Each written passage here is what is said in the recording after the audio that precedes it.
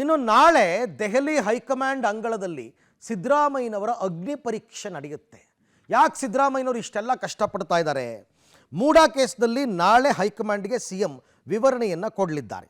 ಇಡೀ ಪ್ರಕರಣದ ಬಗ್ಗೆ ಹೈಕಮಾಂಡ್ ಗಮನಕ್ಕೆ ತರಲಿರುವ ಸಿಎಂ ಇವತ್ತು ಸಚಿವ ಸಂಪುಟ ಸಭೆ, ಶಾಸಕಾಂಗ ಪಕ್ಷದ ಸಭೆಯನ್ನು ನಡೆಸಿ ಸಂಪುಟ ಮತ್ತು ಶಾಸಕರ ಬೆಂಬಲವನ್ನು ಪಡೆದು ದೆಹಲಿಗೆ ಪ್ರಯಾಣವನ್ನು ಬೆಳೆಸಲಿದ್ದಾರೆ.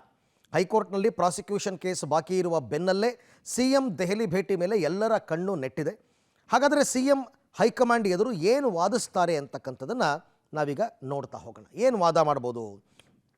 ಎಲ್ಲಿ ಹೈಕಮಾಂಡ್ ಮುಂದೆ ಮೂಡಾ ಕೇಸ್ನಲ್ಲಿ ನಾನು ನನ್ನ ಕುಟುಂಬ ಕಾನೂನು ಉಲ್ಲಂಘನೆಯನ್ನು ಮಾಡಿಲ್ಲ, ನನ್ನ ಕುಟುಂಬ ಮತ್ತು ನನ್ನ ಮೇಲೆ ಕಳಂಕ ತರೋದಕ್ಕೆ ಇವರು ಪ್ರಯತ್ನವನ್ನು ಪಟ್ಟಿದ್ದಾರೆ. ಅಂದರೆ ವಿರೋಧ ಪಕ್ಷದವರು ರಾಜ್ಯಪಾಲರನ್ನು ದುರ್ಬಳಕೆ ಮಾಡಿಕೊಂಡು ತನಿಖೆಗೆ ಅನುಮತಿಯನ್ನು ಕೊಡಿಸಿದ್ದಾರೆ. ನನ್ನ ವಿರುದ್ಧ ಷಡ್ಯಂತ್ರ ಮಾಡಿ ಸರ್ಕಾರವನ್ನು ಅಸ್ಥಿರಗೊಳಿಸುವ ಪ್ರಯತ್ನ ಮಾಡಿದ್ದಾರೆ. ನನಗೆ ಉಚ್ಚ ನ್ಯಾಯಾಲಯದಲ್ಲಿ ಅಂದರೆ ಹೈಕೋರ್ಟ್ನಲ್ಲಿ ನ್ಯಾಯ ಸಿಗುವ ಭರವಸೆ ಇದೆ. ಕೋರ್ಟ್ ಪ್ರಾಸಿಕ್ಯೂಷನ್ಗೆ ಅನುಮತಿ ಎತ್ತಿ ಹಿಡಿದರೂ ನೀವು ನನ್ನ ಪರ ಇರಬೇಕು ಅಂತ ಕೇಳ್ಕೊತಾರಂತೆ. ಅಲ್ಲಿ ಬರುತ್ತೆ ಪಾಯಿಂಟ್. ಆ ಲೆಕ್ಕಾಚಾರ ತಪ್ಪಾಗತ್ತೆ. ಈಗ ನಿಜ ಸಿದ್ದರಾಮಯ್ಯನವರನ್ನು ರಾಜೀನಾಮೆ ಕೊಡಿಸಿ ಬೇರೆ ಮುಖ್ಯಮಂತ್ರಿ ಮಾಡುವಂತಹ ಪ್ರಯತ್ನವನ್ನು ಹೈಕಮಾಂಡ್ ಸದ್ಯಕ್ಕೆ ಮಾಡಲ್ಲ.